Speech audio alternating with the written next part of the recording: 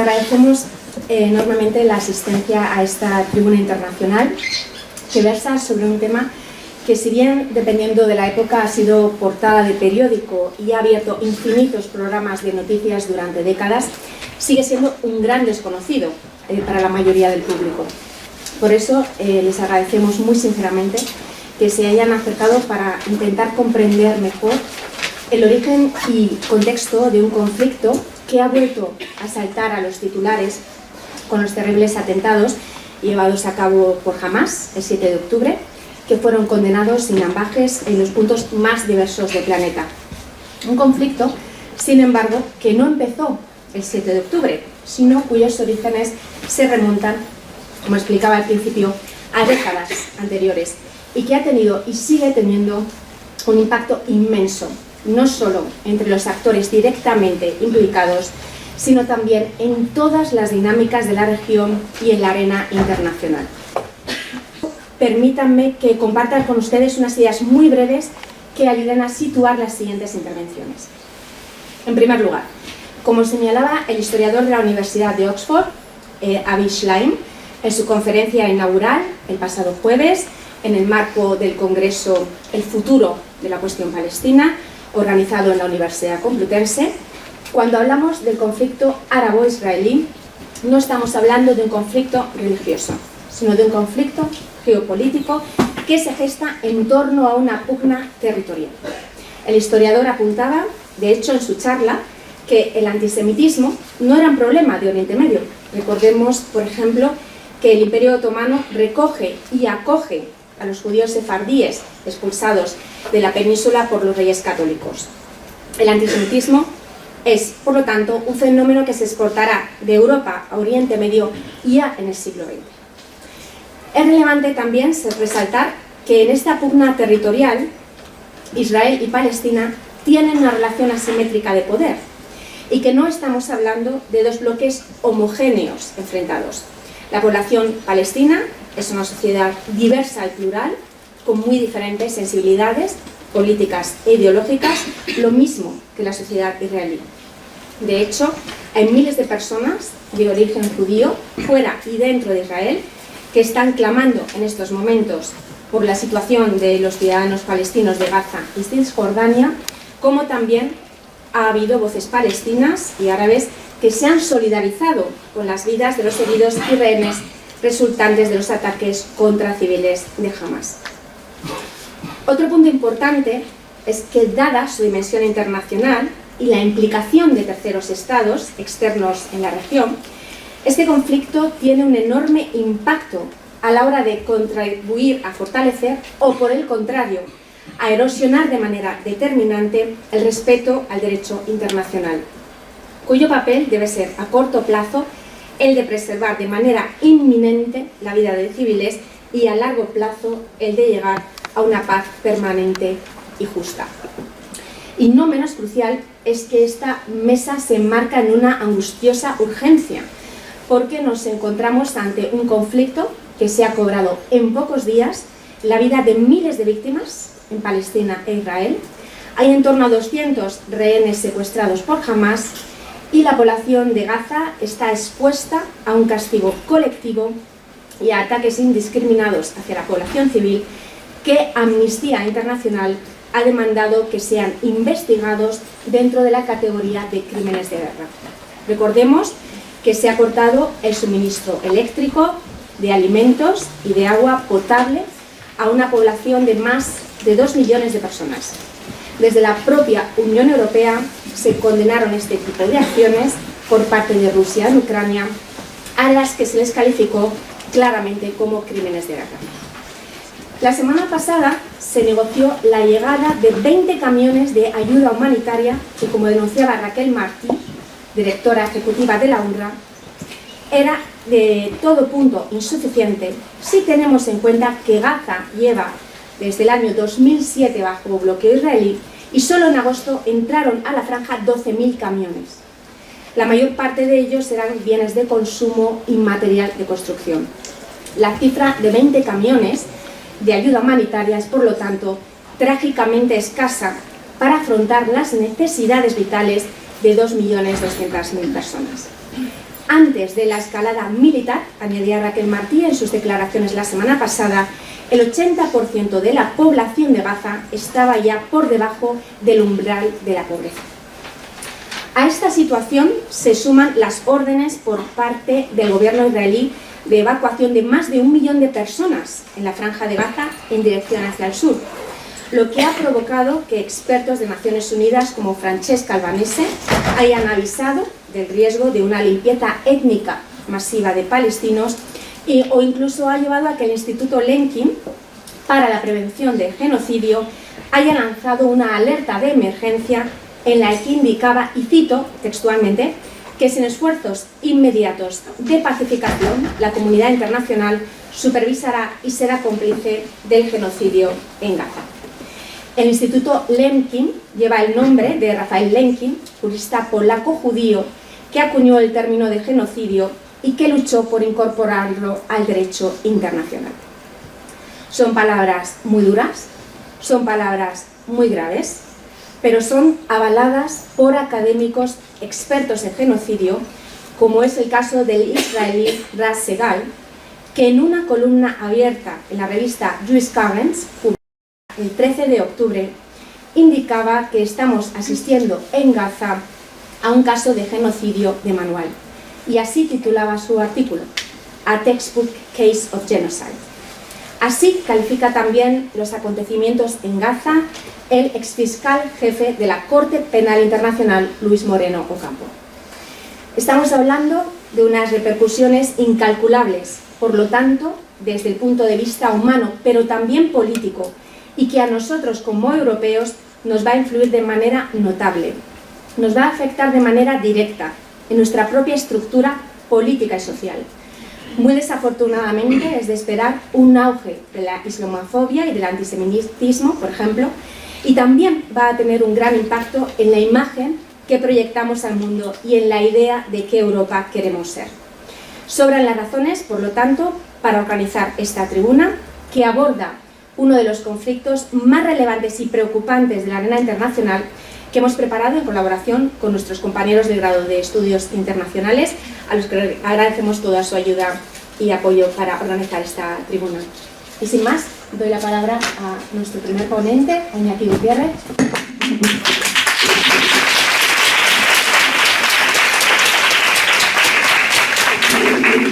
Buenas tardes, también me sumo a los agradecimientos al grado de Estudios Internacionales, a los compañeros y compañeras que han venido, a los representantes del decanato, a los estudiantes de todos los grados, la gente que ha venido de fuera, especialmente a los estudiantes del máster de Estudios Árabes Islámicos y de cualquier otro máster y grado que se haya pasado por aquí.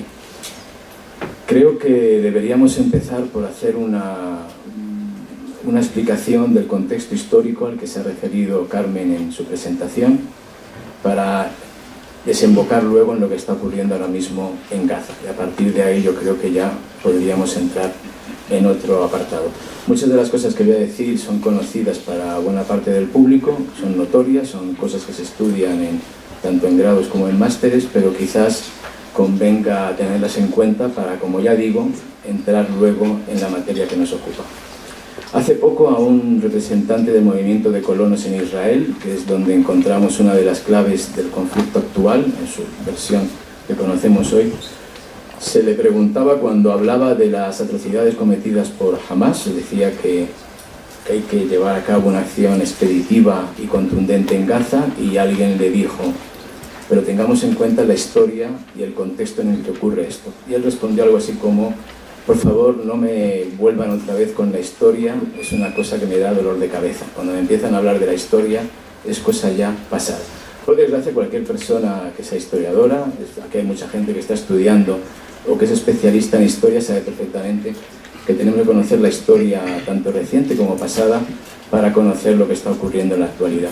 Y por eso es lo que voy a intentar yo exponer aquí de una forma sucinta, porque en realidad lo que estamos viendo hoy aquí, aparte de un ataque sistemático que se está produciendo en Gaza, estamos viendo desde hace mucho tiempo una lucha por el relato, eso que se dice mucho ahora de quién controla el relato, y hay una visión muy marcada de quién fabrica un relato y cómo se impone en ciertas partes. Esto explicaría también por qué hay esa gran división de opiniones entre lo que algunos han llamado Occidente y buena parte del resto del planeta, en el que no concuerdan las visiones que hay de lo que está ocurriendo. Quizás porque algunos conocen más la historia que otros, quizás porque tienen un concepto distinto de lo que es el suceso histórico, y por lo tanto son relatos enfrentados, pero hay que reconocer que es un relato el que prevalece y el que impone el punto de vista de forma general.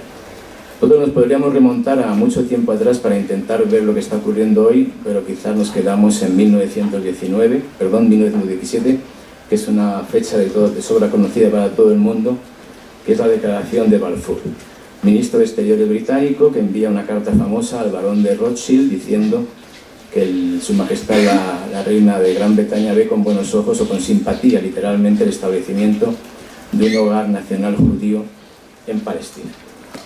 Mientras, y eso es un segundo párrafo que muchas veces no se tiene en consideración, añade después, mientras no se conculquen los derechos civiles y religiosos de las otras comunidades residentes en Palestina. Ahí tenemos uno de los ejes del inicio de este problema, y aquí a mí siempre me plantea tres cuestiones principales. En primer lugar, estamos en noviembre de 1917, todavía el Imperio Otomano, como bien sabe Carmen, seguía ejerciendo su control sobre esa zona de Oriente Medio. La primera pregunta es quién era Gran Bretaña en aquel momento para decidir sobre la creación de una nueva entidad, de un hogar nacional, no se habla de Estado, sino hogar nacional directamente, en un territorio que ni siquiera administra. Esto quizá nos podría llevar a otro punto o a otra fecha clave en este contexto, que es el famoso acuerdo de Sykes-Picot en 1916, cuando entre franceses y británicos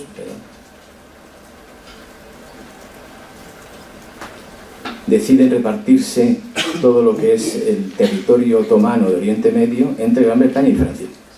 Otra vez estamos en plena guerra mundial, no lo olvidemos, y ya se está haciendo un reparto de un territorio que ni siquiera controlar. En 1917, en abril, esta declaración de Balfour certifica esta decisión y se arroga el derecho de conceder un territorio que, insisto, Gran Bretaña no dominaba. Como sabemos bien, meses después los británicos entrarían en el Imperio Otomano y empezaría la época de los mandatos a través de la Sociedad de Naciones. Hay que hacer un inciso, también decir que los británicos al mismo tiempo habían prometido a las tribus y los colectivos árabes de la península arábiga que les darían una serie de estados en la zona, entre ellos el estado de Siria, que iba a ser regido por Francia. Esa promesa no se cumplió, sí, la promesa dada al barón Rothschild. El segundo punto que yo siempre saco a colación cuando hablamos de esta declaración es quién era el barón Rothschild, para que ni más ni menos el ministro de Exteriores de la principal potencia europea, probablemente la segunda potencia del mundo, que era Gran Bretaña, recibiese ese otorgamiento por parte de un ministro de Exteriores. El barón Rothschild era un lord, uno de los grandes banqueros y una de las mayores riquezas, no solo en Gran Bretaña, sino en Europa, y era una especie de promotor o representante de este gran movimiento sionista. No digo sionista, muchas veces con sentido peyorativo, mucha gente que se enfada y dice sionista es un insulto, no. Sionista es un término científico que se refiere a un movimiento que decía vamos a establecer un Estado nacional judío en Israel, por lo tanto no tiene ninguna acepción peyorativa. Y era uno de los grandes representantes y una fuerza viva del movimiento bursátil y capital. Hay algunas teorías que dicen que el propio Lord Rothschild intercedió ante Estados Unidos para que entrasen en guerra y que apoyasen de forma definitiva en Gran Bretaña. Se dice que fue una especie de pago por unos servicios prestados. Yo no me meto en eso, pero es una de las teorías que hay. Y el tercer punto que me llama mucho la atención es el antecedente con respecto a ese segundo párrafo. Un hogar nacional judío mientras no se conculquen los derechos de otras comunidades residentes en Palestina. Las otras comunidades evidentemente son sobre todo las comunidades palestinas árabes, tanto de religión musulmana como de religión judía, que eran mayoritarias en alguna parte del territorio. En fin, esto se produce así, llega el Imperio Británico y ejerce su dominio sobre la zona y comienza la venida masiva de emigrantes judíos, sobre todo en los años 20 y en los años 30, a través de las famosas aliyás o movimientos de inmigración, que se intensifican después del horror y los crímenes cometidos por el régimen nazi en Alemania a partir de los años 30, sobre todo a principios de los años 40. Tenemos en 1948 la primera gran guerra árabe-israelí, en la que un plan de Naciones Unidas otorga la partición de Palestina. Eso es algo también de sobra conocido, pero hay que insistir una vez más en el origen de cómo se vicia y cómo se condensa este gran problema a partir de una serie de resoluciones tomadas por organismos internacionales que concede el 54% de la tierra a un tercio de la población, que era la comunidad judía existente en el territorio, y además crea o propone un Estado árabe que no tiene continuidad territorial. Si ustedes ven el mapa verán que está partido en las dos grandes mitades que hoy conforman o que conformaron en su tiempo los territorios ocupados, por un lado Gaza, por otro Cisjordania. Esto provoca una guerra, la primera guerra árabo-israelí, que como ya todos sabemos acabó con un triunfo israelí, con la creación del Estado de Israel, y esto da lugar a uno de los grandes problemas del conflicto y de la situación hoy en día. Y esto es algo que hay que tener muy en cuenta, que es la cuestión de los refugiados. De los aproximadamente 900 y pico mil habitantes palestinos que había en la zona, cristianos y musulmanes, 726.000 salen del territorio.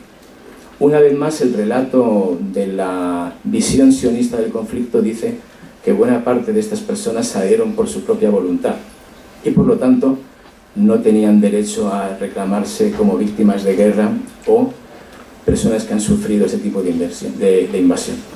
A lo largo de las últimas décadas hemos tenido una serie de historiadores, muchos de ellos israelíes, que han desmentido esta teoría y que hablan claramente, a partir de archivos oficiales israelíes, hablan claramente de que hubo una política sistemática de expulsión, centrada sobre todo en el saqueo y las razzias o algaradas contra pueblos palestinos y una política de terror sistemático.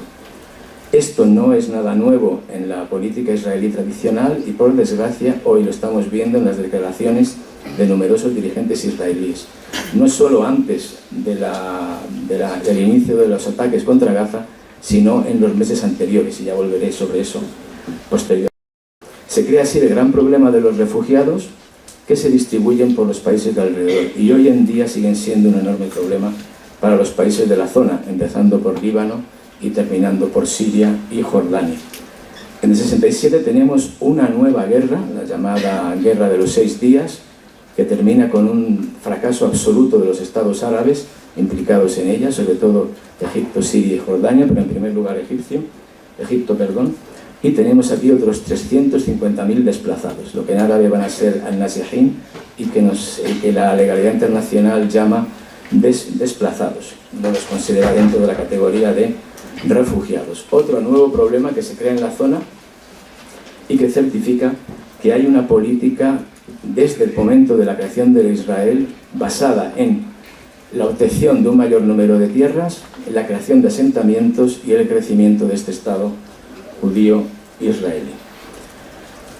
Hoy hemos llegado a una situación en la que tenemos en el exterior aproximadamente 6 millones de refugiados, de los que no viven en el territorio de Oriente Medio, 6 millones de refugiados que son descendientes de aquellos que fueron expulsados en 1948 y que no tienen derecho al retorno, que es una de las grandes peticiones de la parte palestina, que se reconozca que esta gente puede volver, por lo menos las personas que fueron expulsadas de su territorio.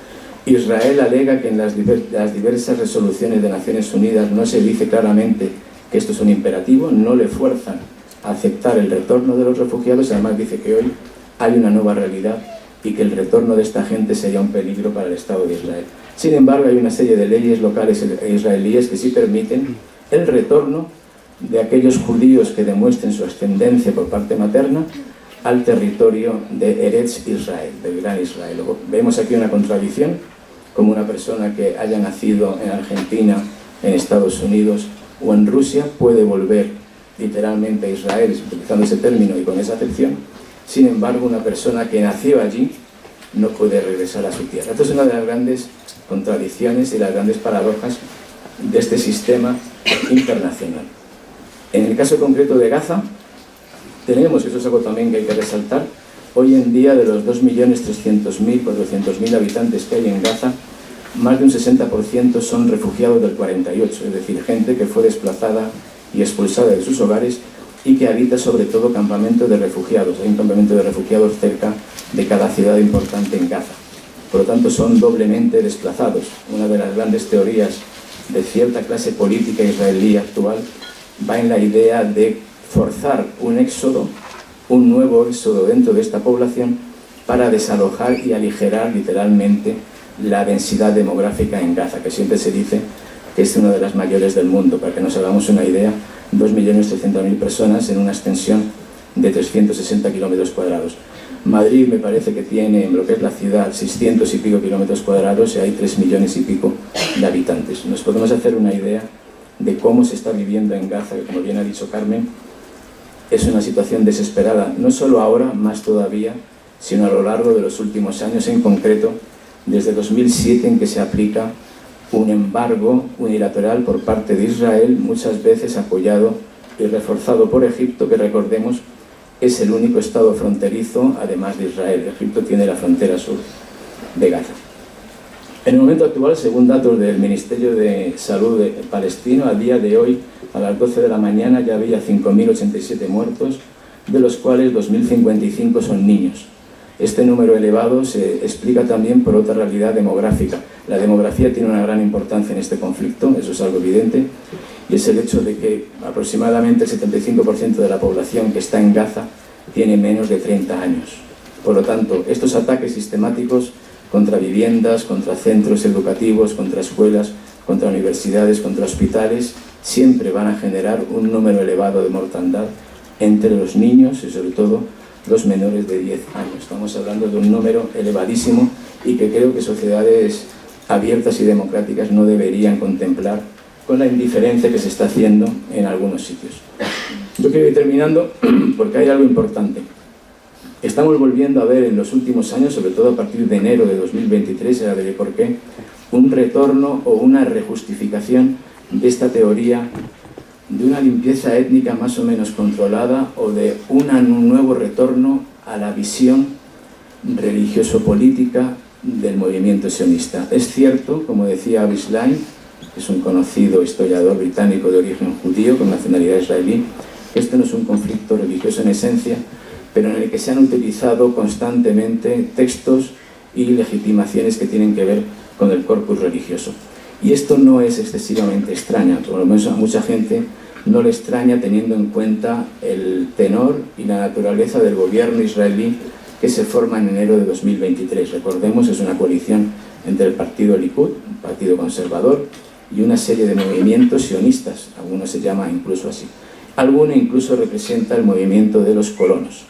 Colonos que recordemos son unos 500.000 ahora mismo en Cisjordania y unos más de 100.000 en Jerusalén Este, que también, según la legislación internacional, se considera territorio ocupado desde 1967. Bien, este acuerdo de coalición entre estas fuerzas diversas, presidido por Benjamin Netanyahu, que ha sido el gran representante de la política israelí en los últimos 20 años, salvo un periodo breve, siempre ha estado al frente de los sucesivos gobiernos, y se ha ido radicalizando en función de los escándalos legislativos o los escándalos judiciales que está padeciendo y también de la presión de este nuevo sector de la población que representan los movimientos de colonos y ultraortodoxos.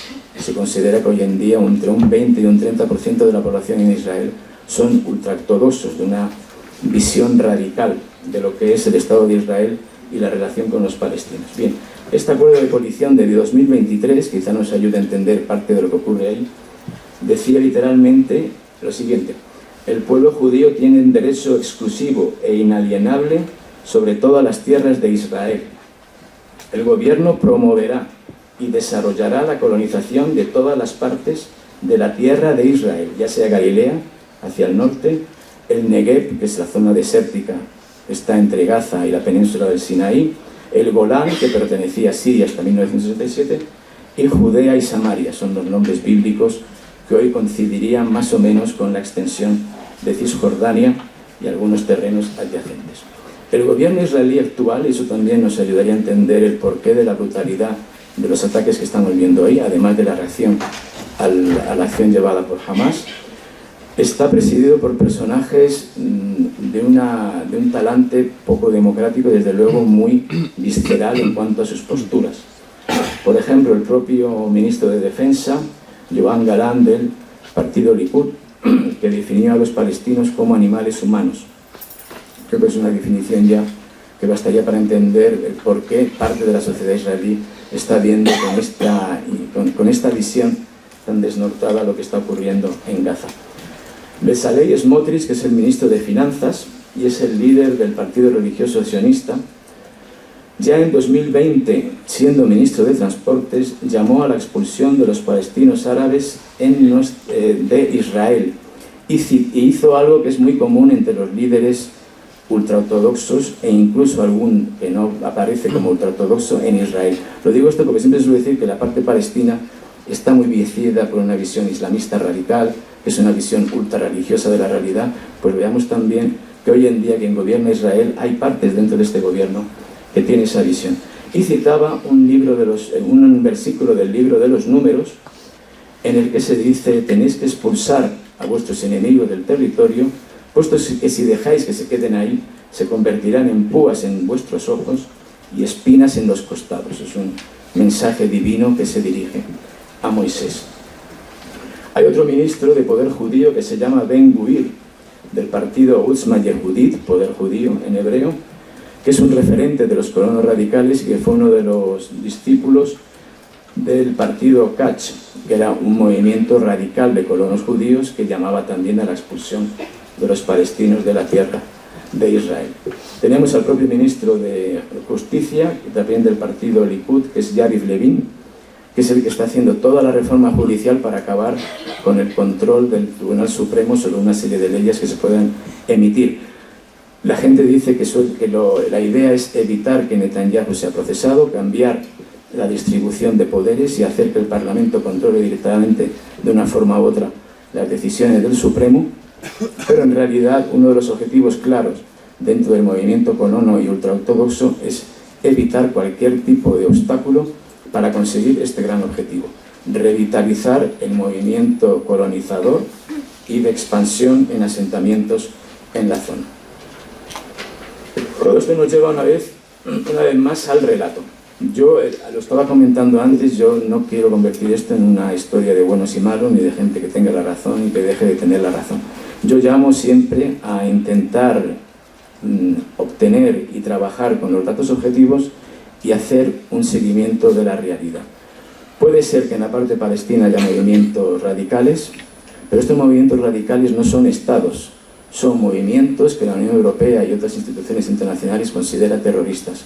No se puede poner en el mismo plano de igualdad a un movimiento terrorista con un Estado que pertenece a Naciones Unidas, con un Estado que se proclama como la democracia en Oriente Medio y como un Estado que dice que está obligado por las convenios internacionales para respetar los derechos humanos. En ningún caso podemos hacerlo así. Creo que aquí nadie habría entendido que en los años de mayor actividad de movimiento terrorista ETA, el gobierno español hubiese aceptado, hubiese ordenado la demolición de la Casa de la Familia porque uno de los miembros ha puesto una bomba en Madrid. Eso es lo que hace el Estado de Israel cuando un palestino comete un atentado y se procede a la demolición de su hogar. Tenemos ejemplos innumerosos en este tipo de situaciones y por lo tanto ese es otro de los consecuentes de este tipo de relatos. No se puede poner, insisto, en el mismo plano de igualdad a un Estado que tiene una serie de obligaciones para con la población de un territorio ocupado con una organización que no está, por supuesto, en la línea de ser ningún Estado de ningún tipo. Y muchas gracias.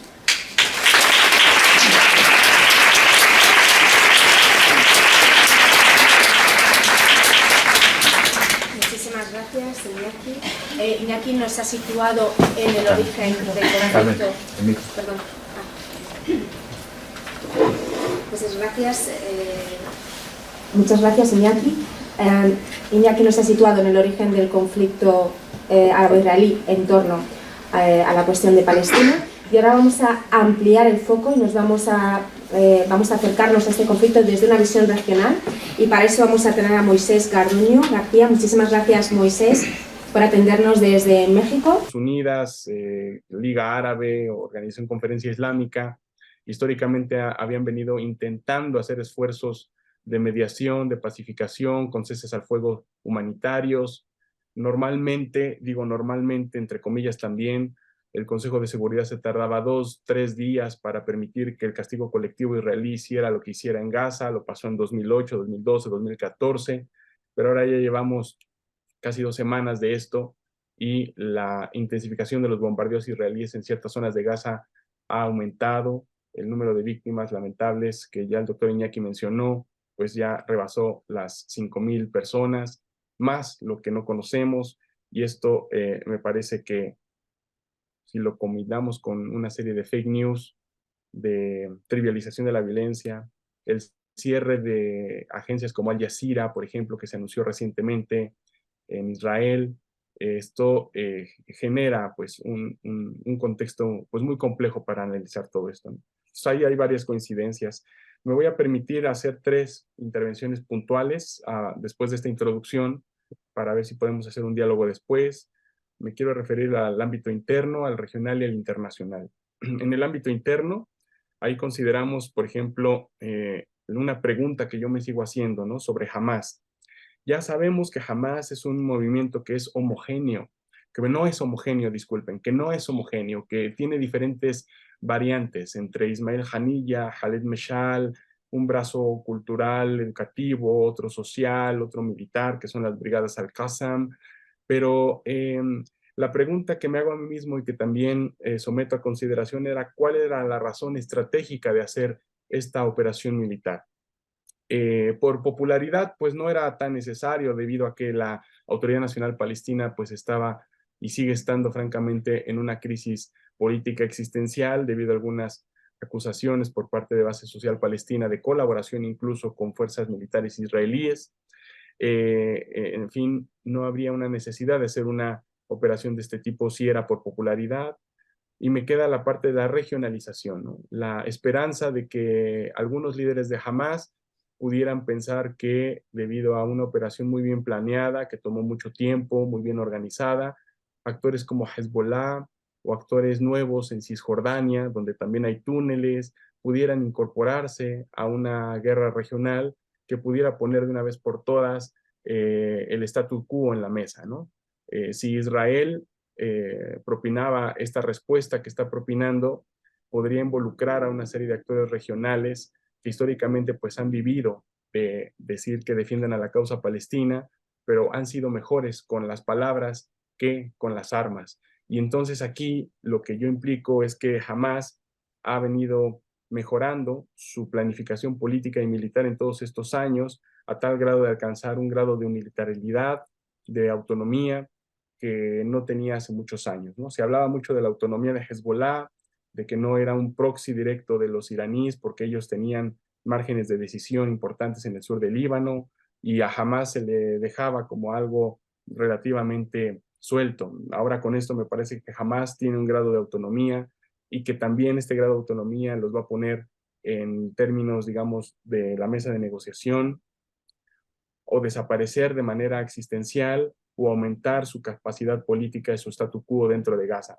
Y esto lo pone en referencia enfrente de lo que pasa en Israel, en donde Netanyahu está derrotado políticamente, mucha gente lo ve como responsable de esta guerra atroz o de esta respuesta militar, y donde Netanyahu se ve en la misma necesidad de desaparecer a Hamas o de morir políticamente hablando. Entonces es una cuestión en donde Netanyahu, después de esta situación militar, no puede volver a gobernar a menos que presente una victoria definitiva sobre Hamas, sobre el statu quo. Se ha puesto a la línea de desaparecer a Hamas, que esto implica no solamente desaparecerlo en términos, digamos, militares, sino arrebatarle la capacidad de gobernar, que por cierto hay que recordar que ganó unas elecciones en el 2006 y que está ahí, pues, por mecanismos democráticos. Y esto es lo que está en juego desde mi punto de vista en términos internos, ¿no? Considerando muy bien lo que el doctor Iñaki menciona, que es que Israel está ahorita formando un gobierno con Netanyahu y el ala más extrema derecha y nacionalista y ultranacionalista de Israel con Ben Gvir, con Smotrich, con Yair Galán y compañía. La situación regional a la que me convoca la doctora Carmen tiene que ver en algún momento con la parte de la normalización, pero considero que no se puede reducir lo que está pasando en este contexto en Gaza con el proceso de cortar la normalización entre Israel y Arabia Saudita. Me parece que hay otros elementos en juego, más allá de esto, que sí es importante, pero, por ejemplo, podemos ver el papel de Egipto, que ha aguantado los planes de transferencia de población de Gaza hacia el Sinaí, Hay actualmente algunas dudas de que Abdel Fattah al-Sisi, como tiene elecciones próximamente, y a pesar de que tiene una política sumamente represiva, como lo menciona la doctora Bárbara Zahora, al interior de Egipto, donde hay muchísimos presos políticos, hay dudas de que se pueda un poco, digamos, echar para atrás sobre este plan, porque hay mucha presión sobre Fattah al-Sisi. Sin embargo, Egipto ha aguantado esto y incluso se ha bombardeado territorio egipcio, en donde Abdel Fattah al-Sisi no ha contestado militarmente precisamente por esta prudencia y esta presión que está teniendo. Además de la normalización de Egipto como un estado que ya reconoce a Israel desde los acuerdos de Campo David, tenemos el papel de actores regionales importantísimos como Qatar, por ejemplo, que es una de las pocas bases para la vinculación y la mediación dentro del conflicto. Recordemos que uno de los líderes del movimiento Hamas vive en Doha y que esto de alguna u otra manera permite la comunicación entre las bases del movimiento o algunas bases de líderes con Estados Unidos, que también tiene vasos comunicantes con el Emirato. En este sentido, ahí podremos ver más o menos cómo algunos países están temiendo de que esto escale a nivel regional. Hay muy poca gente que está dentro de las élites políticas esperando a ver una regionalización del conflicto. Sin embargo, dentro del ámbito de la regionalización también tenemos que ver el papel de la sociedad civil. Y aquí sí, el papel de la sociedad civil es sumamente potente a favor de la causa palestina. Hemos visto protestas multitudinarias que no habíamos visto desde la etapa de las llamadas primaveras árabes, inundando calles no solamente en el mundo árabe, en Jordania, en Marruecos, ¿no? Con todo y que Marruecos es un país que ya empezó el proceso de normalización con Israel, sino también lo hemos visto en calles de Sarajevo, lo hemos visto en algunas capitales europeas de América Latina, y esto de alguna manera pues ha revitalizado la situación de la causa palestina a nivel popular, lo cual también presiona a su vez a los países árabes involucrados en esta situación para pensar cómo entrar al conflicto. Insisto, queridos colegas, debido al fracaso de los canales tradicionales de pacificación, ¿no? Entonces, estamos en un momento en donde es muy difícil el análisis de lo que obviamente va a pasar, pero evidentemente es un complejo que puede cambiar el contexto y un parteaguas regional, tal como lo han sido, por ejemplo, los puntos de inflexión que mencionó el doctor Iñaki, ¿no? Es que en la historia tenemos la oportunidad de profundizar, tenemos la oportunidad de ir sacando detalles, ¿no? Pero cuando el punto de inflexión lo estamos viviendo en tiempo real, pues es muy difícil sacar conjeturas que nos puedan guiar hacia diferentes destinos, ¿no? Me quedan 4 minutitos y voy a pasar al escenario internacional, un poco combinándolo con la parte regional. Colegas queridos, queridas, creo que tenemos que conectar evidentemente lo que está pasando en Gaza con lo que está pasando en Ucrania. A final de cuentas, en algún momento las declaraciones de Vladimir Putin, de los gobernantes chinos y de algunos gobernantes regionales que han participado incluso en la situación de Ucrania, como Turquía, han señalado la doble moral, el doble rasero de la aplicación del derecho internacional. Rusia ocupó el Donbass, transfirió población rusa al Donbass e inmediatamente el Consejo de Seguridad de Naciones Unidas impuso una serie de sanciones a Rusia por violar el derecho internacional, particularmente los acuerdos de Ginebra, la Cuarta Convención de Ginebra. Israel ha hecho lo mismo o algo muy similar a lo largo de muchos años, no solamente transfiriendo población, sino construyendo asentamientos, y no ha habido ni un momento en la historia donde se le haya aplicado una sola sanción, haciendo específicamente lo que está haciendo también Rusia. Se sancionó a Saddam Hussein, se sancionó a Vladimir Putin, se sancionó a Muammar Gaddafi, se han sancionado a muchísimas personas que han transferido población de un estado a otro, incluso en estado de guerra. En el caso de Israel, creo que en algún momento, citando al profesor Farid Kahat de Perú, ha habido una sola sanción y creo que fue el presidente George Bush que restó cada dólar que le iba a dar a Israel en su ayuda militar por cada dólar que Israel gastara en la construcción de asentamientos. Evidentemente eso no es una sanción internacional, sino una forma en la que en aquel momento George W. Bush intentó hacer algo con respecto a esta situación. Pero ahí vemos un poco cómo a grandes rasgos una sociedad internacional está juzgando con la misma situación del derecho internacional a Rusia, pero no lo hace con Israel.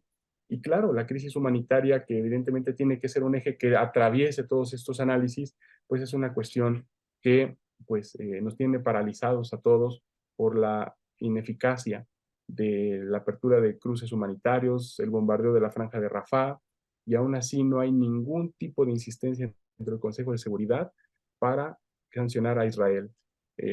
Las resoluciones, como es costumbre, han sido vetadas por Estados Unidos. Hasta el momento yo he contado dos, una de iniciativa rusa y una iniciativa brasileña. Por ahí creo que hay una más que se está discutiendo. Estas han sido vetadas por Estados Unidos. En términos, digamos, para ir cerrando, me parece interesante la posición de China. En el Congreso había expuesto la oportunidad que se podría tener por parte de China, no para hacer una mediación entre Israel y Palestina, sino para ir acercando algunas facciones dentro de Hamas con algunas otras dentro de la Autoridad Nacional Palestina, debido a la mutua necesidad de tener puntos de contacto y a la ahora facilidad que tiene China de haber acercado a Irán con Arabia Saudita en acuerdos pasados, en meses pasados. Aunque tiene muchísimos obstáculos esta oportunidad política, me parece que los hechos en el terreno pueden dar oportunidad a que, como estas dos facciones les preocupa muchísimo su supervivencia política, se pueda hablar un poco de esta conexión, de esta situación en la que China podría hacer algo a reserva de, claro, los principales intereses que tiene Pekín en la región, que es el suministro del flujo energético. Actualmente China ha enviado 6 barcos de guerra, 6 buques militares. Esto no tiene mucho que ver con los enfrentamientos, aunque sí con algo preparativo que tiene que ver con garantizar el flujo del petróleo del Golfo Pérsico hacia su país y países vecinos. Pero también es cierto que Alemania, Estados Unidos, evidentemente Israel y algunos países árabes también han movido tropas en este sentido. Termino diciendo lo siguiente con respecto a la operación terrestre, a la situación de los rehenes. Ya me queda un minutito. Me parece que esto de la operación terrestre no debe de desviar la atención de lo que está pasando con la operación aérea, que es la que en estos momentos está terminando con la vida de muchas vidas palestinas. Sin embargo, la operación terrestre es algo que buena parte del gabinete de Netanyahu quiere realizar, pero de una manera lenta, paulatina, de desgaste, con asesoría estadounidense, que también es un país que no quiere una escalada militar y que sin embargo se ve en el dilema de seguir apoyando a Israel, no solamente ahora con 3.800 millones de dólares, sino con 14.000 millones de dólares más, 60.000 millones de dólares que se le enviarán a Ucrania, ¿no? Aquí vemos que Estados Unidos no puede ser mediador y a la vez parte de un conflicto como este.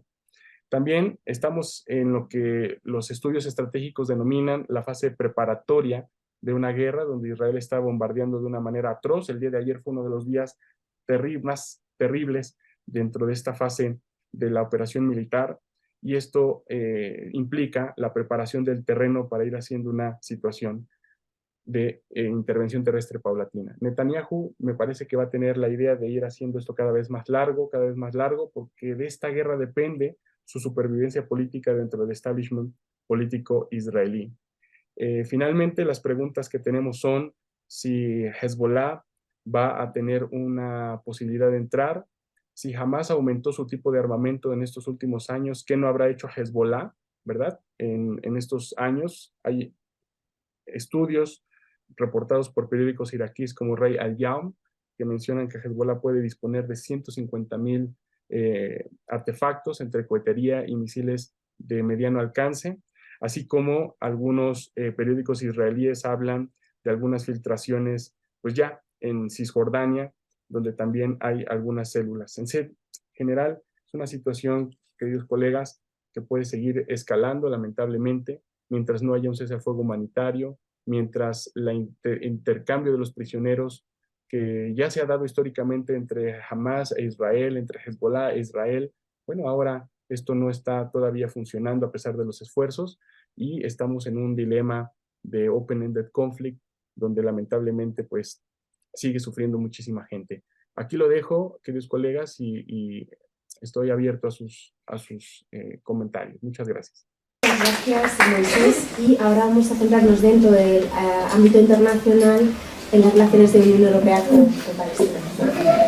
en analizar el papel de la Unión Europea y sobre todo, bueno, lo que siempre se ha dicho de la Unión Europea en este conflicto, que ha sido siempre un good player, un buen pagador, pero no un mal jugador, ¿no? En el sentido de que, bueno, el papel principal de la Unión Europea ha sido la ayuda internacional, la importancia que las intervenciones anteriores han dado a la historia. Yo creo que recordar el marco de Oslo es necesario, ¿no?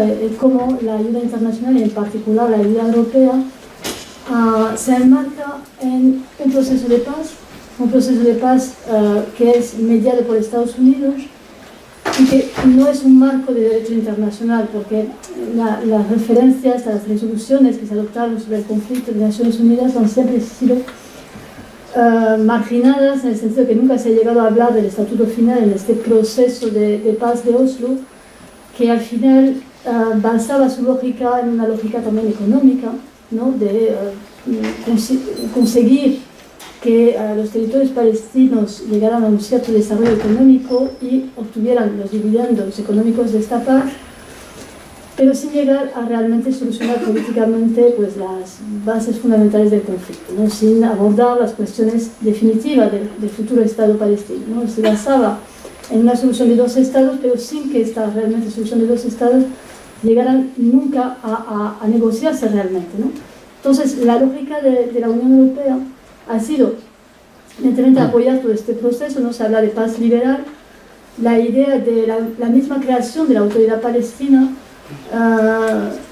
ha permitido, de alguna forma, sustentar esos acuerdos, buscar un nuevo interlocutor y protagonista, ¿no? que ha permitido, bueno, que ha canalizado gran parte de la ayuda europea y además sobre una porción del territorio muy exigua, porque aquí no tenemos mapas, pero aquí, bueno, podríamos hablar de un control civil y militar de la autoridad palestina a partir del 94 sobre las áreas A, que son una porción reducidísima de los territorios palestinos, ¿no?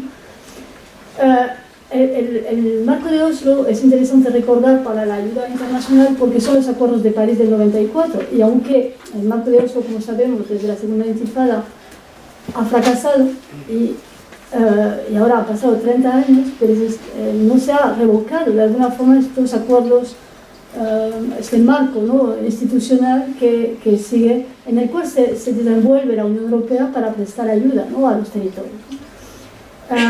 Evidentemente, desde la segunda intifada, toda la lógica de desarrollo ha sido invalidada, es decir, toda la construcción de infraestructuras para permitir el desarrollo de los territorios palestinos han sido sometidas a bombardeos continuos y bueno, tenemos el ejemplo siempre famoso del aeropuerto de Gaza, financiado en gran parte por la cooperación española, ¿no? Bueno, es importante recordarlo porque es cuando se va a producir una inflexión, ¿no? en la forma en que los donantes van a abordar la cuestión de la ayuda palestina, del desarrollo a la acción humanitaria, ¿no? Este proceso de humanitarización de la cuestión palestina, pero al mismo tiempo sin realmente tener como referencia el marco del derecho internacional humanitario, ¿no? Es decir, que como Oslo ha ocultado una dimensión fundamental, que es la dimensión de la ocupación, al crear una autoridad palestina que supuestamente iba a hacerse cargo, ¿no? de la gestión, ¿no? de la población civil también en los territorios, ¿no? Aún así, esta ocultación, ¿no? de este carácter de ocupación ha sido acompañado por la Unión Europea. La Unión Europea que ha tenido en todo momento esta voluntad también de ocultar el carácter político de su intervención a través de la ayuda en los territorios palestinos, ¿no? Y me refiero también en un momento clave, ¿no? que ha marcado la historia de esta ayuda internacional europea a los territorios que han sido las elecciones del 2006, donde realmente se permite a Hamas, aunque esté en la lista de organizaciones terroristas de la Unión Europea, participar en un proceso electoral. Entonces se permite participar en un proceso electoral, no entiendo muy bien la situación, la posición, ¿no? de la Unión Europea, que después boicoteará evidentemente unos resultados que no considera de sus intereses y de esta forma se verá que obligada a crear unos subterfugios técnicos excepcionales para Palestina, que son el famoso mecanismo internacional temporal, que al final se convirtió en el mecanismo Pegasus de la Unión Europea, que al final, al día de hoy, sigue siendo un mecanismo que se ha perpetuado en el tiempo, ¿no?, para gestionar lo que es la ayuda internacional a Palestina. Y ahora, para referirme en esta cuestión que mencionaba de la humanitarización de la cuestión palestina a la Franja de Gaza, ¿no?, la excepcionalidad de la Franja de Gaza, correspondiendo a esa estrategia también que ha tenido Israel y que ha reforzado la ayuda internacional de fragmentación del territorio, ¿no? Fragmentación del territorio que, como os decía, a partir del 2006 se acelerará, ¿no?, un poco con este proceso de boicot que hace los donantes también a negarse a financiar el primer gobierno de Hamas y luego el segundo gobierno con Fatah, ¿no?, que, bueno, también contribuirá a esta fractura de las dos facciones palestinas y el hecho de que a partir del 2007 Hamas controlara la Franja de Gaza, mientras que el Fatah consiguiera, a través de la autoridad palestina, mantenerse en Cisjordania, ¿no? Desde entonces, la Franja de Gaza ha sido sometida a un bloqueo continuo, férreo, ¿no?, por parte de Israel, y la Unión Europea ha seguido de alguna forma este proceso, lo ha reforzado, lo ha avalado y se ha convertido la Franja de Gaza en un problema humanitario, ¿no?, de acuerdo con los diagnósticos de los donantes, ¿no? En noviembre del 2007, por ejemplo, la Federación Palestina de Industria indicaba que se había cerrado el 95% de las fábricas y talleres. Entonces, la base productiva, la supuesta lógica económica de los acuerdos de Oslo, la base productiva del desarrollo de la Franja de Gaza ya estaba casi destruida, ¿no? Entonces, estamos hablando de 2007, ¿no? Entonces, es una crisis humanitaria permanente agravada por los momentos más duros, ¿no?, de las guerras que se han sucedido. 2008 Plomo Fundido, luego 2012, 2014, 2021 y hasta la última, ¿no?, que se acompaña evidentemente de destrucción de infraestructura, pero también muchos daños a civiles, ¿no?, que hace que actualmente la población de Gaza, como lo ha comentado Carmen al inicio de esta mesa, está en necesidad de ayuda humanitaria. O sea, el 80% depende de esta ayuda humanitaria, ¿no? Con lo cual, bueno, ahí vemos que hay un marco de totalmente una situación humanitaria, de desastre humanitario crónico, pero también producido por Israel, por el bloqueo de la Franja de Gaza y este cinismo a la hora de poder controlar lo que entra o no, ¿no? El número de camiones que se dejan entrar ahora con la crisis humanitaria tan tremenda que está viviendo la Franja de Gaza es absolutamente condenable. Es decir, que y tendrá que ser juzgado de esta manera, ¿no?, si hay justicia internacional. Recordar que es curioso, ¿no?, en la evolución de los mecanismos de la Unión Europea, que se enmarca evidentemente dentro de unos instrumentos que han evolucionado con la misma evolución de la estructura de la ayuda de la Unión Europea, ¿no? Ahora hablamos de una estrategia conjunta europea en apoyo a Palestina, 2021-2024, pero si nos fijamos en los documentos anteriores, llama mucho la atención la coincidencia del diagnóstico. Un diagnóstico que es claro, ¿no? Y se habla de 50 años de ocupación, se habla de la falta de control por parte de los palestinos de la tierra, el agua, las fronteras físicas y los ingresos, ¿no? No olvidar que Israel, esta relación de los donantes con Palestina es mediada por Israel, es parte de este triángulo excepcional también que existe en los mecanismos de ayuda internacional en el caso de Palestina, y que retiene, por ejemplo, las recaudaciones de aranceles de todos los bienes que entran y salen de Palestina, ¿no? Y que lo utiliza como también medios de presión sobre la autoridad palestina. Bueno, también coinciden que hay una fragmentación política, unas violaciones regulares y persistentes de los derechos humanos y del derecho internacional humanitario, y que hay una falta de control sobre la narrativa. Y eso me llama la atención y es muy interesante porque lo comentó Iñaki en la presentación, en su presentación, es lo que está en juego es el control del relato también, ¿no? Y me llama la atención cómo también la Unión Europea participa, ¿no?, de este relato sesgado, ¿no?, por parte de la comunidad internacional. Bueno, para describir un poco qué es lo que está haciendo la Unión Europea, gestiona, dice que está toda la ayuda internacional de los Estados miembros, está la ayuda gestionada por Bruselas, 300 millones de euros, una gran parte para Gaza va, evidentemente, está dedicada al Organismo de Naciones Unidas para los Refugiados, para la UNRWA, ¿no?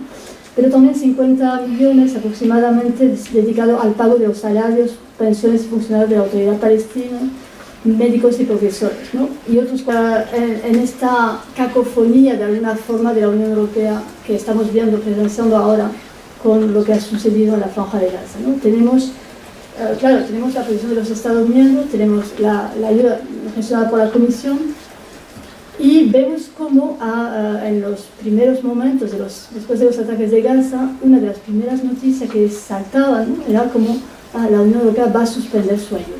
Eso llama mucho la atención, ¿no?, porque ha sido luego desmentido, ¿no? Pero nos muestra también las presiones de algunos comisarios de los Estados miembros, como el comisario húngaro, ¿no?, en intentar, ¿no?, añadir más condicionante a esta ayuda que de por sí ha sido ya basada en la condicionalidad, ¿no? Condicionalidad en términos de seguridad, y ahora, desde el 2021, en concreto, como un caso específico, este comisario pues quiere condicionar la entrega de ayuda a Palestina, ¿no?, a la revisión de los manuales escolares, supuestamente para revisar el contenido que va en contra de la narrativa israelí, ¿no? Es para decir como un ejemplo de la vinculación al relato, ¿no?, también la preocupación que existe en relación, ¿no?, con la ayuda internacional a la Franja de Gaza. Principalmente, yo creo que hay un reparto de tarea que se ha ido instalando, ¿no?, después del 2007, ¿no?, después de que Hamas se hiciera control de la franja, ¿no? La Unión Europea utiliza mecanismos alternativos para intentar seguir financiando, pero como Hamas es una organización terrorista por parte de la Unión Europea, pues tiene que buscar de alguna forma mecanismos complicados, ¿no?, para seguir financiando, que está bajo escrutinio cada vez más importante por parte, evidentemente, de estas posiciones que he mencionado antes, que son claramente pro-israelí dentro de este concepto complicado de la Unión Europea, ¿no?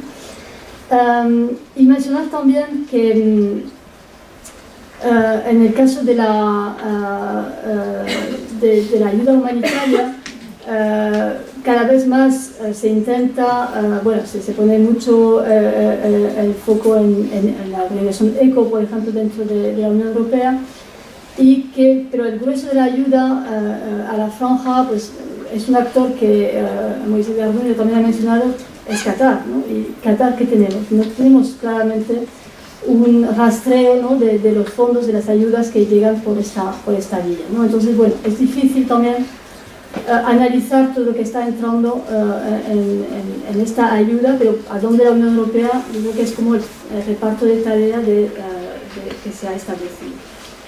Y solo mencionar también respecto a este relato que mencionaba antes, cómo se intenta controlar la narrativa y cómo contribuye también la ayuda internacional y en particular la Unión Europea a este relato, es a través de ese lenguaje de la cooperación, ¿no? Como cuando se financia cualquier proyecto, ¿no?, por parte de la Unión Europea, se va a revisar mucho el tipo de lenguaje que se utiliza, la misma formulación de los proyectos. Por ejemplo, intentando despolitizar las narrativas, ¿no? Cuando se establece el contexto, nunca se va a utilizar los términos de colonización o de ocupación, se va a preferir el término de conflicto, ¿no? Cuando se habla de objetivos, se van a rebajar mucho los objetivos que se van a plantear, ¿no?, a través de esos proyectos, ¿no? Se va a criminalizar determinados actores de la sociedad civil, ¿no? Que bueno, eso lo hemos visto desde el 2021, ¿no? 6 organizaciones palestinas supuestamente vinculadas al Frente Popular de Liberación de Palestina, pues han sido criminalizadas por parte de Israel, así como se criminaliza también la vinculación con la campaña de boicot, desinversión, sanción, ¿no? Es decir, esta voluntad de preferir a algunos actores que otros, ¿no? Bueno, lo que he mencionado antes, también esta cooperación, esta ayuda, refuerza la fragmentación de Palestina, ¿no? Esta fragmentación, es decir, no va a ser lo mismo financiar proyectos en el área C, que van a ser destruidos sistemáticamente, o en Jerusalén Este, aunque la Unión Europea sigue intentándolo, que pues, seguir financiando la autoridad palestina, ¿no? Sobre todo su presupuesto, ¿no? De acuerdo con toda esta idea subyacente de fortalecer una supuesta posible solución de 2 estados a través de la institucionalización de, bueno, reforzar la gobernanza, ¿no? De la autoridad palestina. Se promueve a través de la cooperación todavía la normalización, como si se pudiera evidentemente seguir hablando de diálogo entre partes enfrentadas, simétricas en un conflicto, ¿no? Mientras que estamos realmente en otro diagnóstico, ¿no? Que es de ocupación y de colonización de territorio, ¿no? Bueno, y finalmente está claro que la prioridad de la agenda de los donantes es mantener el statu quo y ha sido no molestar a Israel, ¿no? Y nunca se ha pedido cuentas por todo lo que se ha destruido, o muy pocas veces hubo iniciativas para que se rindiera cuentas, ¿no? Y en línea general las mismas divisiones de la Unión Europea hacen que realmente no haya una voz sólida, ¿no? Para reclamar una cuestión fundamental, que es el respeto del derecho internacional, ¿no? Y las normas internacionales que respetan a los civiles, un mínimo que la comisaria europea Ursula von der Leyen ha sido incapaz de hacer, ¿no? Y eso es muy grave, me parece, para la actuación de la Unión Europea en este caso, ¿no? Bueno, tengo algunas conclusiones que me parecen también importantes. Además, bueno, todos los datos de la ayuda internacional europea están disponibles en la web, ¿no? Ahí hay muchos datos muy interesantes que analizar, incluso evaluaciones, ¿no? Evaluaciones de periodos grandes, ¿no? De la cooperación con Palestina. Y tengo ahí una conclusión que me parece interesante rescatar aquí, que así la voy a leer, ¿no? Esta situación excepcional de privación de recursos y de derechos, de declive económico, de dependencia de los donantes, la ausencia de proceso democrático, la fragmentación política, está erosionando los principios europeos y la credibilidad en relación con la democracia y la buena gobernanza. Eso, aquí te pone tal cual la evaluación, ¿no? Y eso es una cuestión fundamental y que yo creo que va a ser cada vez más importante, ¿no? Este doble estándar que hemos mencionado, ¿no? Esta falta de credibilidad de la Unión Europea a la hora de promover democracia y derechos humanos y luego no aplicarlo nunca, ¿no? O aplicarlo cuando le interesa, como en el conflicto de Ucrania, como mencionó Moisés anteriormente, ¿no? Entonces, la complicidad, el término de complicidad que también se mencionó aquí al principio, es también claro, ¿no? Y yo creo que allí, como los donantes al final son los contribuyentes, somos todos, españoles, franceses, pues nosotros ciudadanos y ciudadanas contribuyentes, ¿no? De esas políticas, creo que ahí habrá un ángulo de enfoque de acción posible, ¿no? Para exigir, ¿no? Que haya una gestión mucho más cuidadosa con la justicia, los derechos humanos y parar, ¿no? esta situación catastrófica y bueno, no tiene nombre en Gaza. Lo voy a dejar aquí para el debate. El turno a Javier Chinchón. Pues muchas gracias. ¿Me oís bien? Porque aquí me oigo como con eco. ¿Me oís bien? Sí. Vale. Bueno, muchas gracias, Carmen, por invitarme, por poder participar y buenas tardes a todos y a todas. Bueno, ya lo sabíais, pero las estupendas intervenciones anteriores nos marcan un conflicto, ¿sí? Muy complicado, con muchos actores, con muchos intereses, con muchas aristas, y a mí me toca además a estas horas cerrarlo desde el derecho, ¿eh? El análisis del conflicto desde el derecho internacional yo creo que plantea una primera precaución que lanzaros, os daré algún ejemplo, pero luego en el debate sacamos, lo que queráis, de que el derecho internacional público es un ordenamiento jurídico con unas lógicas, con unas reglas y con un funcionamiento, voy a decir singular, pero en todo caso no equiparable al derecho interno, con lo que a veces algunos de los problemas que nos encontramos desde el derecho internacional parten de lo que es realmente el derecho internacional, ¿sí? Luego os pongo algún ejemplo. No voy a, desde luego, daros una visión o mi visión de todo el conflicto, me voy a centrar, por eso me pedí el último turno, en lo que tenemos más en la actualidad en estos últimos días, para lanzaros algunas ideas o algunas preguntas o algunas perspectivas que nos permitan no responder con claridad, porque hay muchas cosas complicadas, pero bueno, dar un poquito de luz, ¿sí? O un panorama que nos permita un análisis más claro. Os avanzo que mi perspectiva sobre ese análisis y sobre lo que cabe esperar desde la perspectiva jurídica no es para nada optimista, ¿sí? Luego os daré un par de ideas de por qué. Voy a intentar hacerlo de manera sencilla, ¿sí? Simplificada, sin muchos tecnicismos, y el artículo no sé qué, los latinajos, que me gusta mucho a los de derecho, ¿sí? Y luego profundizamos en lo que queráis, ¿vale? Bueno, el título que tenía como presentación, o en este ratito que voy a compartir, es el análisis del conflicto desde el derecho internacional humanitario. Como sabéis, el derecho internacional humanitario es un sector del derecho internacional público que regula los conflictos armados, en términos de qué se puede hacer o qué está prohibido cuando estalla un conflicto armado, ¿sí? Una guerra, por entendernos. Ahora hay que tener en cuenta que realmente lo que estamos asistiendo, para ordenar el análisis, hay que examinar realmente dos cosas que son diferentes. La primera, si queréis en el tiempo, nos podría llevar a preguntarnos o a valorar cuándo se puede declarar una guerra de manera lícita, ¿sí? Cuándo, diríamos nosotros, el uso de la fuerza es conforme a derecho. De esto no se ocupa el derecho internacional humanitario. El derecho internacional humanitario establecerá que, con independencia de lo anterior, sea lícito o no lícito ese uso de la fuerza, esa guerra, no todo está permitido cuando está en un conflicto armado para ganar la guerra, por entendernos. La normatividad o la regulación de estas dos cuestiones, como son diferentes, están en sitios distintos, ¿sí? Empezando por lo primero que os proponía. Una de las cosas que hemos, a veces como pregunta, pero muchas veces como afirmación, que hemos oído y se escucha de manera recurrente, es esto de Israel tiene derecho a defenderse. Esta expresión, desde un sentido, si queréis, corriente o de lógica, pues tiene todo el sentido. A partir de los ataques que recibe el 7 de octubre, tiene derecho a defenderse. Ahora bien, desde el punto de vista jurídico, esto no está tan claro, ¿sí? Y vamos, si queréis, despacio. Os decía que tenemos el derecho internacional humanitario como segunda parte, y la regulación del uso de la fuerza. La regulación del uso de la fuerza en el sistema internacional, no complicarlo mucho, está fijada en la Carta de las Naciones Unidas, ¿sí? Bajo la premisa de que los Estados no pueden usar la fuerza nunca, ¿sí? La prohibición del uso de la fuerza en las relaciones internacionales, con algunas excepciones. Lo que nos interesa, esa excepción, o una de las excepciones, es en legítima defensa, es decir, cuando son atacados.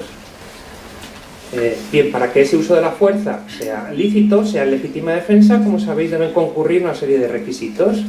La Carta de Naciones Unidas, artículo 51, prevé unos de naturaleza procesal, ¿sí? En los que ahora no me meto, y luego hay unos de naturaleza material, sustantiva, ¿sí? Por resumiros, como sabéis en todo caso, para que estemos en un escenario de legítima defensa se requerirá, uno, que se reciba un ataque previo, ¿sí? Y que ante ese ataque previo el Estado necesite defenderse, necesite usar la fuerza para repelerlo y en consecuencia lo haga de manera inmediata y proporcional a la agresión que sufre, ¿sí? Todo esto porque la legítima defensa como institución jurídica responde a eso, a defenderse. No es un uso de la fuerza que tienda a vengarse o a castigar a aquel que te ha atacado. Bueno, y aquí las cosas se ponen feas, ¿sí? La operación militar, la respuesta que realiza Israel, ya sabéis que la llamó, que iba a desplegar una operación bajo el título Poderosa Venganza, ¿sí? Lo cual es llamativo que la llamen así públicamente. Y desde luego, la venganza, poderosa o no poderosa, no tiene encaje jurídico dentro del derecho internacional. Así que podríamos decir, en resumen, que Israel tiene, en términos generales, no técnicos, tiene derecho a defenderse, ¿de acuerdo? Pero no tiene derecho a vengarse en ningún caso, ¿sí? Puede ser que esto de la poderosa venganza sea un eslogan, ¿sí? Un mensaje político que encierra en realidad un ejercicio de la fuerza en legítima defensa que llaman poderosa venganza o como quieran. Si siguiésemos esa lógica, podríamos dar un paso más y diríamos entonces Israel tiene derecho a defenderse, no a vengarse, ¿de acuerdo? Pero a defenderse ¿de quién? ¿Sí? Volviendo a los requisitos que os decía antes, la regulación del uso de la fuerza refiere a relaciones entre estados, ¿sí? Es decir, un estado puede defenderse cuando es atacado por otro estado, ¿sí? El estatus jurídico, la subjetividad internacional de Palestina, que ha salido ya varias veces, es una cosa muy complicada, pero Israel nos la simplifica. Como sabéis todos y todas, Israel considera que Palestina no es un estado, ¿sí? Y si no es un estado, y yo recibo un ataque por parte de algo que no es un estado, no puedo defenderme en legítima defensa, porque la legítima defensa opera en relaciones entre estados, ¿sí? Eso no quiere decir que cuando un Estado recibe un ataque terrorista no pueda hacer nada, ¿sí? No pueda combatirlo o defenderlo. Lo que no puede hacerse, es defenderse o repelerlo en legítima defensa o usando la legítima defensa. Y esto no es algo que desconoce Israel, porque entre otros muchos, la Corte Internacional de Justicia se lo dijo literalmente en el año 2004, ¿sí?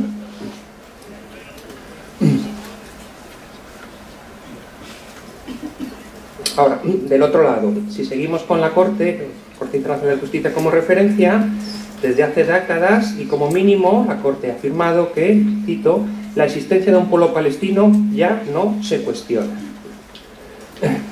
Y es algo también indiscutible jurídicamente que los pueblos sometidos a dominación colonial o ocupación militar tienen derecho a levantarse en armas contra sus opresores, ¿sí? Tienen, dice la célebre resolución 3314 de la Asamblea General, derecho a luchar contra quien les priva de su derecho a libre determinación vía dominación colonial o ocupación militar. ¿Tienen derecho a luchar llevando a cabo cualquier tipo de acción ya sobre el terreno? Desde luego que no, pero esto nos lleva al humanitario, ¿sí? Como sabéis, el órgano que se encarga, no solo, pero principalmente de todas estas cuestiones de esta primera parte de mi exposición, de usos de la fuerza, actos de agresión, legítimas defensas, amenazas a la paz o seguridad internacionales, es el Consejo de Seguridad de las Naciones Unidas, ¿sí? Ha salido ya alguna referencia. ¿Cabe, si queréis como interrogante, esperar alguna acción efectiva por parte del Consejo de Seguridad en este ámbito? Yo me temo que no, ¿sí? Lo hemos visto hace poquito con el veto de Estados Unidos a la resolución que antes hacía referencia a Moisés de Brasil, que pedía cosas tan revolucionarias como que se revoque la orden de Israel de abandonar el norte de Gaza, como habéis visto, personal de Naciones Unidas incluido. Bueno, esto nos llevaría a la primera parte, ¿sí? El uso de la fuerza, en el que hemos asistido por parte del pueblo palestino, del Estado de Palestina. Sabéis que casi 140 estados del mundo lo reconocen como un Estado, parte de legítima defensa y demás.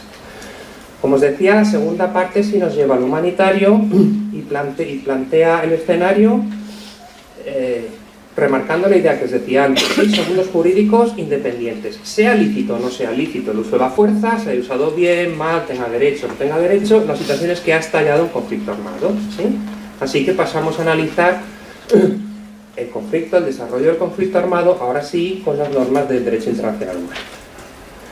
Ya os decía que el derecho internacional humanitario es otro conjunto normativo muy complicado, con un montón de normas, tratados, el derecho internacional general, el derecho imperativo, bueno, un poco un jaleo, ¿sí? Pero como sabéis, sus normas esenciales se encuentran recogidas en unos poquitos tratados internacionales, los más importantes, los 4 convenios de Ginebra de 1949, a los que acompañan 2 protocolos adicionales posteriores de 1977, ¿sí?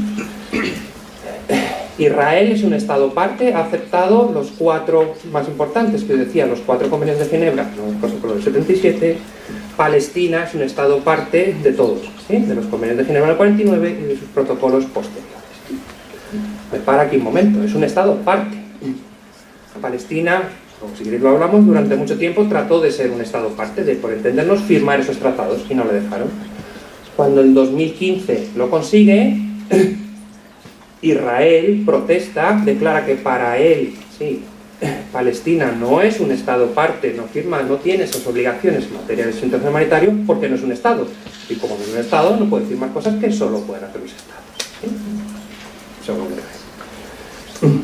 En todo caso, las infracciones graves de estas normas sistémicas del derecho internacional humanitario es lo que se llaman comúnmente como crímenes de guerra. En resumen, los crímenes de guerra suponen la violación de algunos de los principios que estructuran toda esta normatividad, luego todos los artículos y disposiciones específicas que vemos en estos tratados u en otros, ¿sí? Dentro de estos principios os destaco solo 2 o 3, ¿sí? Uno, como sabéis, básico, que estructura todo el sistema, es el principio de distinción, que obliga a distinguir cuando inicia un conflicto armado entre población civil, fines civiles, población combatientes o objetivos militares, estando prohibido atacar directamente a la población civil y estando permitido, estamos en un conflicto armado, atacar objetivos militares, ¿sí? Otro es el principio de humanidad. El principio de humanidad, en resumen, establece que está prohibido todo sufrimiento o daño excesivo, innecesario, para lograr el objetivo lícito de una guerra, que es ganarla. No es exterminar a la población, ¿sí? No es hacerles sufrir, no es torturarles, ¿sí? Sino ganar la guerra. Y por señalar un último principio, el principio de proporcionalidad. ¿Sí? El principio de proporcionalidad nos lleva a esos conceptos que conocéis bien y que se escuchan muchas veces, a los daños colaterales. El principio de proporcionalidad establece que están prohibidos aquellos ataques, aquellas acciones que se dirigen a un objetivo militar, pero causan un daño excesivo, desproporcionado a la población civil, ¿sí? Atacar directamente a la población civil está prohibido por el principio de distinción. Atacar un objetivo militar que causa daños excesivos o desproporcionados a la población civil nos llevaría, si queréis, a la violación del principio de proporcionalidad. No hace falta, sí, que me detenga nada en señalaros que la inmensa de acciones que ha llevado Hamas adelante y buena parte de las actuaciones que está llevando Israel suponen violaciones de estos principios, ¿sí? Yo me muevo en ese mundo del derecho, presuntos crímenes de guerra. Acabando ya casi, como os decía antes, en el escenario primero del uso de la fuerza, la responsabilidad institucional se va a vehicular en el Consejo de Seguridad de Naciones Unidas, ¿sí? Que es como los Reyes Magos en lo que corresponde a que opte a una solución efectiva. ¿Qué ocurre en el ámbito del humanitario? Cuando se comete un crimen de guerra, lo que se activa es la responsabilidad individual de la naturaleza internacional de sus responsables, de quien lo ordenan o de quien lo cometen.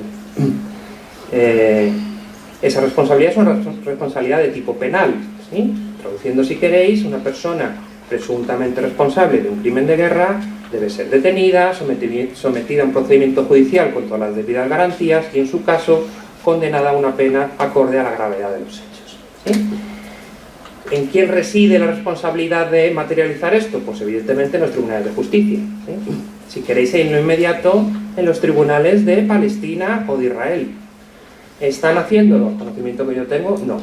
¿Es previsible que lo hagan? Yo sospecho que no, ¿sí? Podrán hacerlo otros tribunales de otros estados, no me complico, pero por acabar con la mención, que antes ha salido ya lo que decía el fiscal, podemos poner la atención en la Corte Penal Internacional, ¿sí? ¿La Corte Penal Internacional podría hacerlo? Sí. Solo con un matiz que conocéis, ¿sí? Palestina es un Estado que acepta la competencia de la Corte Penal Internacional, pero Israel no, ¿sí?